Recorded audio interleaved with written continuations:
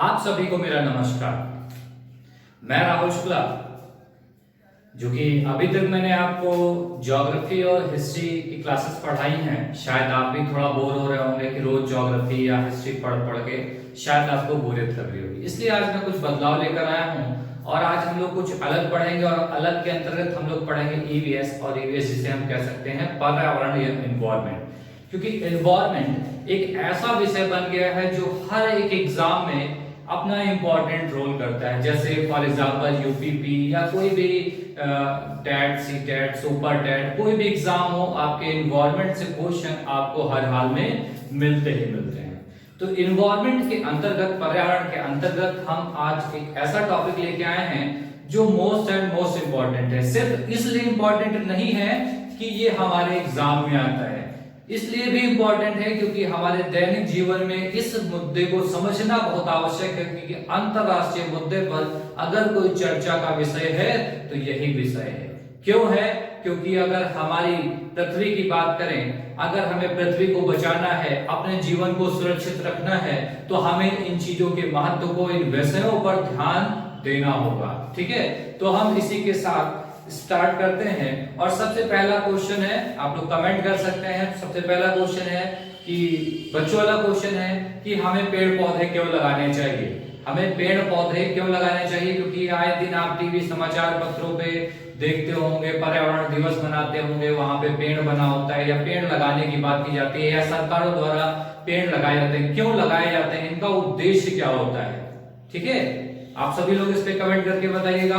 Main reason बताइएगा। बहुत से रीजंस ये भी होते हैं, छाया मिलती है, ये सब बेसिक रीजंस है, पर स्पेशल रीजंस क्या हैं वो आप कमेंट करके बताइएगा। तो हम लोग आज के विषय को आगे बढ़ाते हैं और आज का हमारा विषय है green house effect. Green house effect जिसे हरित ग्रह प्रभाव भी कहा जाता है। हिंदी में बात करें तो हरित ग्रह प्रभाव कहा जाता है। ठीक है, हरित मींस हरा और ग्रह मतलब घर और प्रभाव मतलब इफेक्ट। ठीक है, हरित ग्रह प्रभाव या ग्रीन हाउस इफेक्ट। तो सबसे पहले हम बात करते हैं ग्रीन हाउस इफेक्ट कहते हैं किसे, या हरित ग्रह प्रभाव किसे कहते हैं। तो जो हरित ग्रह प्रभाव है ये क्या है? एक प्राकृतिक प्रक्रिया है। क्या है? प्राकृतिक प्रक्रिया है किसी ग्रह या उपग्रह पर। ठीक है, किसी ग्रह या उपग्रह पर बहुत सारी गैसें विद्यमान होती हैं, बहुत सारी गैसें विद्यमान होती हैं और यही मौजूद गैसें उस पर्यावरण के वातावरण में क्या करती हैं? उसका टेम्परेचर बढ़ाती हैं। उसका क्या करती हैं? टेम्परेचर बढ़ाती हैं, ताप बढ़ाती हैं। तो उसी को क्या कहा जाता है? ग्रीन हाउस इफेक्ट या हरित ग्रह प्रभाव कहा जाता है। ठीक है, समझ में आया? समझे, किसी ग्रह या उपग्रह पर मौजूद गैसें वहां के वातावरण को बढ़ाने का कार्य करती हैं, उसी को क्या कहते हैं? हरित ग्रह प्रभाव। अब हम बात करते हैं ये green house effect. Green house effect ये विचार किसके अंतर्गत सबसे पहले आया, इसका प्रयोग सबसे पहले किसने किया? तो हम बात करते हैं हरित ग्रह प्रभाव 1824 में। 1824 में जोसेफ फोरियर नाम के वैज्ञानिक थे, जोसेफ फोरियर, इन्होंने सबसे पहले इसका प्रयोग किया। इन्होंने सबसे पहले इसका प्रयोग किया। अब प्रयोग कैसा रहा होगा जब इसका नाम दिया गया हरित ग्रह प्रभाव? देखिए क्या होता है, अगर हम एक ग्लोब की हमने ज्योग्राफी में बात की, एक उसमें उत्तरी ध्रुव था, एक दक्षिणी ध्रुव था। तो उत्तरी ध्रुव और दक्षिणी ध्रुव क्या है? अत्यधिक ठंडे स्थान है। और जहां अत्यधिक ठंडे स्थान है वहां पर क्या होगा? अधिक ठंडक होगी, बर्फबारी होगी। तो वहां पर क्या होगा? सूर्य की रोशनी कम मात्रा में मिल पाएगी। और जब सूर्य की रोशनी पर्याप्त मात्रा में नहीं मिल पाएगी तो क्या वहां पर पेड़ पौधे या प्रकृति या फसल अधिक मात्रा में हो सकता है? बिल्कुल नहीं हो सकता, क्योंकि किसी भी पौधे को बड़ा होने के लिए क्या जरूरत होती है? सबसे पहले सूर्य की रोशनी और उससे क्या जरूरत होती है? कार्बन डाइऑक्साइड और जल की सहायता से अपना भोजन बनाता है और डेवलप करता है। लेकिन जब वहां पर सूर्य की रोशनी नहीं मिल पाती है तो क्या होता है? वो डेवलप नहीं कर पाता है। तो जे फोरियर ने इसी पे प्रयोग किया और क्या किया? एक कांच का घर बनाया। एक कांच का घर बनाया और कांच के घर के अंदर बहुत सारे पेड़ पौधे लगाए। अब क्या हुआ? पेड़ पौधे जब उन्होंने लगाए तो सूर्य की रोशनी जब आई और इस कांच से टकराई तो सूर्य की रोशनी पहले क्या हुई? अंदर गई। ठीक है, अब इसमें दो तरीके की वेव निकलती हैं, एक शॉर्ट वेव्स और एक लॉन्ग वेव्स। तो क्या हुई? जो शॉर्ट वेव्स हुई वो क्या करती हैं? जो कांच के घर के अंदर के धरातल होता है वहां पे क्या करती हैं, उसको गर्म करने का कार्य करती हैं, और जो लॉन्ग वेव्स होती हैं वो क्या है, अंदर से टकराकर बाहर की ओर निकल जाती हैं। तो कुछ वेव्स बाहर निकल जाती हैं और मोस्टली वेव क्या होती हैं, इसी कांच के घर के अंदर अवशोषित हो जाती हैं। और इसी कांच के घर के अंदर जब ये सूर्य की किरणें अवशोषित हो जाती हैं तो क्या करती है, अंदर के एटमॉस्फेयर को हीट कर देती हैं, गर्म कर देती हैं। और जब गर्म कर देती हैं तो इन पेड़ पौधों को बड़ा होने के लिए जितने ताप की जरूरत होती है उन्हें पर्याप्त मात्रा में मिल जाता है। इस समय अगर हम बात करें वर्तमान समय में, तो ग्रीन हाउस खेती बहुत लोग कर रहे हैं, बहुत कल्चर में आ रहा है, क्योंकि ग्रीन हाउस खेती का तात्पर्य यह है कि जो खेती, जैसे जो खेती हम गर्मियों में कर रहे हैं वही खेती हम जाड़ों में कर सकते हैं। कैसे, यही ग्रीन हाउस बनाकर, इसी इफेक्ट के द्वारा हम सूर्य की रोशनी को अवशोषित करके एक ऐसा माहौल बनाकर हम कर सकते हैं। ठीक है, तो ये क्या कहलाया, ग्रीन हाउस इफेक्ट। तो इसी कांच के घर के अंदर वहां पेड़ पौधे और उगाए जाते हैं, और वर्तमान समय में भी ये एग्रीकल्चर का पार्ट बन गया है। तो यही कहलाया, हमारा बेस क्या है, इसको अगर नाम दिया गया तो इसी से नाम दिया गया, क्योंकि ये घर बनाया गया ग्रीन हाउस इफेक्ट। अब हम बात करें ग्रीन हाउस का प्रयोग, तो सबसे पहले किसने किया, जोसेफ फोरियर ने, लेकिन इसे किसी भी पर्सन ने नाम नहीं दिया था। तो एग्जाम में क्वेश्चन अगर आपको ये बन जाए कि ग्रीन हाउस नाम सर्वप्रथम किसके द्वारा दिया गया, तो 1901 में नील्स गुस्टर द्वारा, नील्स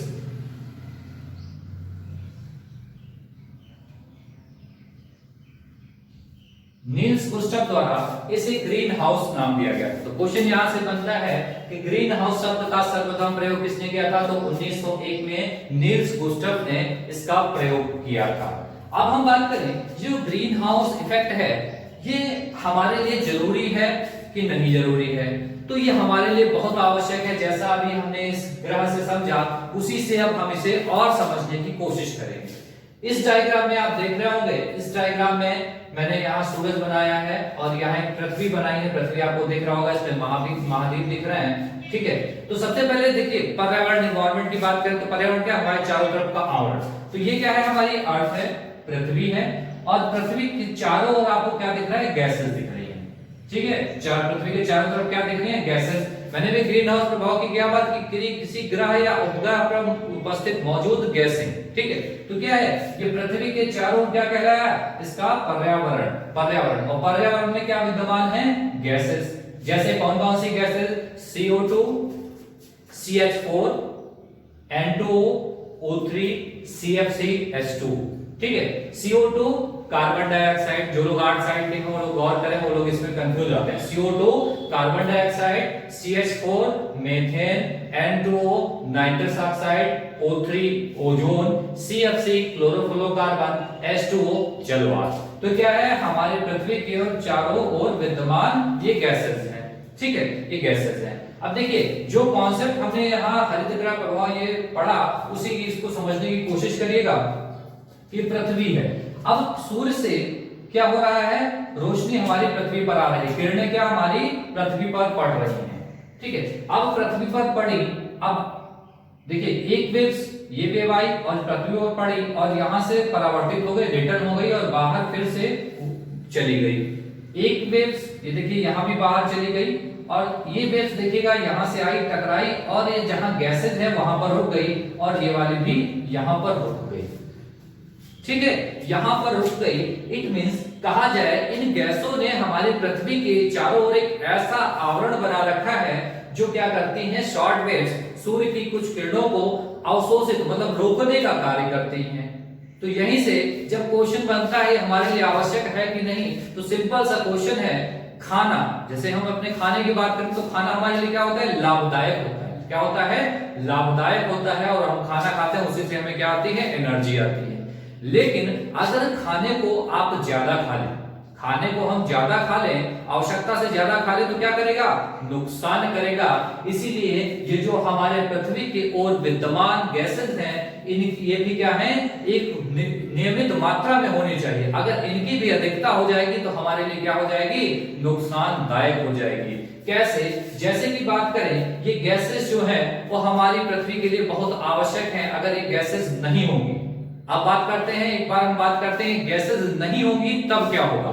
सपोज दैट हम इस पृथ्वी को ही रखें और इन गैसेस को हटा दें, ठीक, इन गैसेस को हटा दें तो देखिए सूर्य की रोशनी आएगी और पृथ्वी से टकराएंगी और ये बिल्कुल बाहर निकल जाएंगी, परावर्तित हो जाएंगे। पृथ्वी से टकराने के बाद परावर्तित हो जाएंगी। तो जब टकराने के बाद परावर्तित हो जाएंगी तो क्या हमारी पृथ्वी कभी गर्म हो सकती है? क्या हमारी पृथ्वी पे गर्मी रहेगी? बिल्कुल नहीं रहेगी। ऐसी स्थिति में जब ये गैसें कम होंगी या नहीं होंगी तो क्या होगा, ये पृथ्वी से परावर्तित होगी, ये किरणें बाहर निकल जाएंगी और हमारी पृथ्वी गर्म नहीं हो पाएगी। तो हमारी पृथ्वी का लगभग तापमान कितना होगा, -18 डिग्री सेंटीग्रेड होगा। कितना होगा, -18 डिग्री सेंटीग्रेड होगा। और अगर -18 डिग्री सेंटीग्रेड हुआ तो हमारे पृथ्वी पर जीवन संभव नहीं हो पाएगा। अब हम बात करते हैं गैसों की उपस्थिति की बात करते हैं।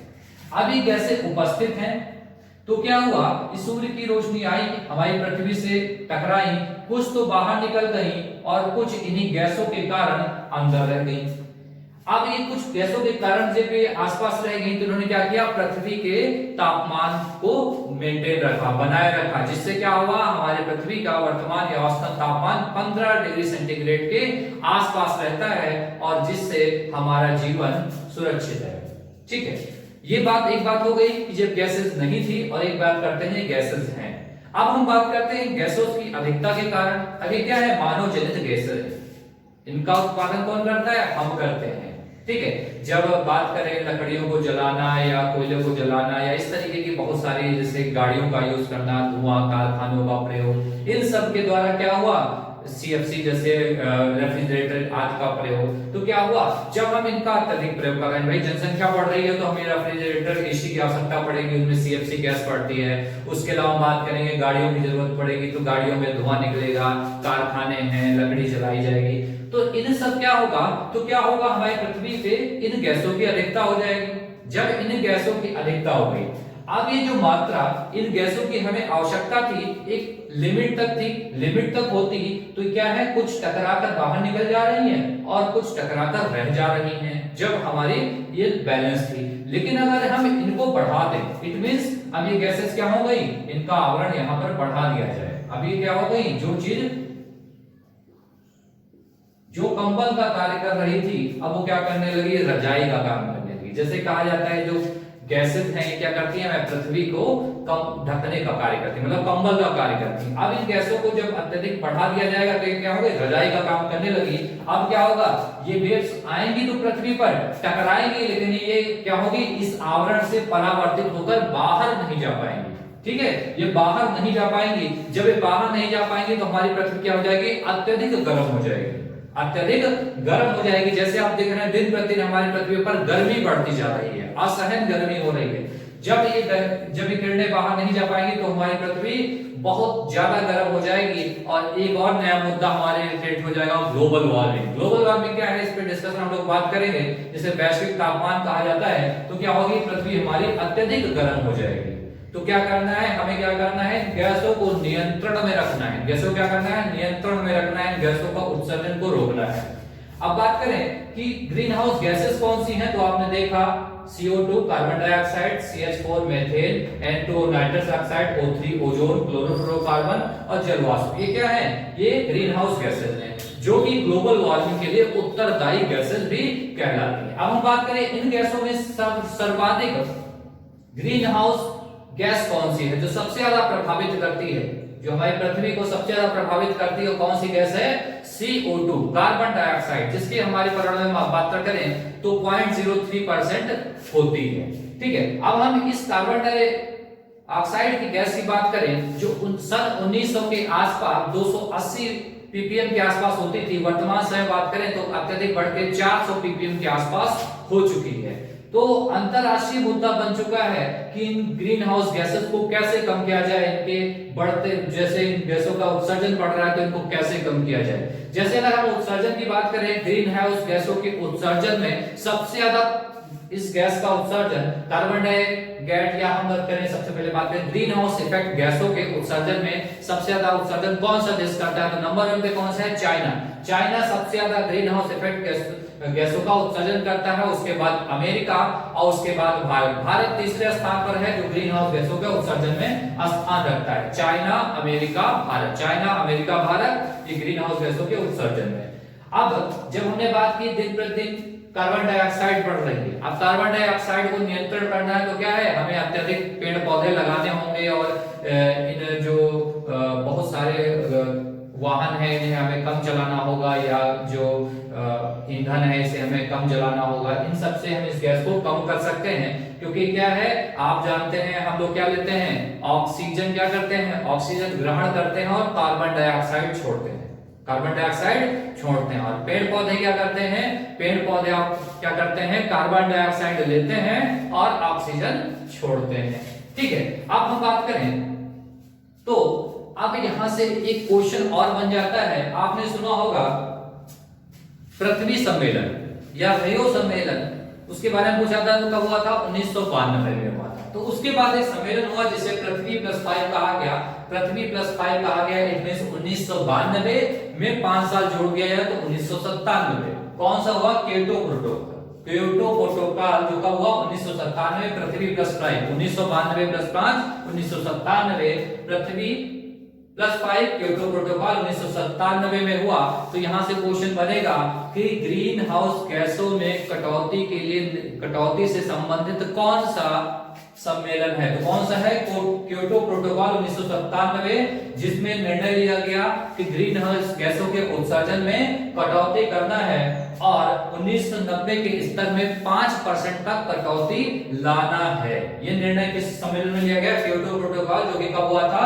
1997 में हुआ था, जिसे पृथ्वी प्लस 5 भी, पृथ्वी प्लस 5 भी कहा जाता है। तो आई थिंक आपको ये थोड़ा बहुत समझ में आया होगा। कोशिश करें इसे समझने की, इन गैसों को समझने की। इस पे हम और भी क्लासेस में डिस्कस करेंगे, इसमें कार्बन डाइऑक्साइड, मीथेन। अब मीथेन से बहुत सारे एग्जाम में क्वेश्चन बनते हैं कि मीथेन गैस का उत्सर्जन कैसे होता है। ठीक है, तो इन गैसों का उत्सर्जन कैसे होता है, इन सब चीजों पे हम लोग आगे भी चर्चा करेंगे। हमारे लिए बहुत मोस्ट इंपॉर्टेंट टॉपिक है।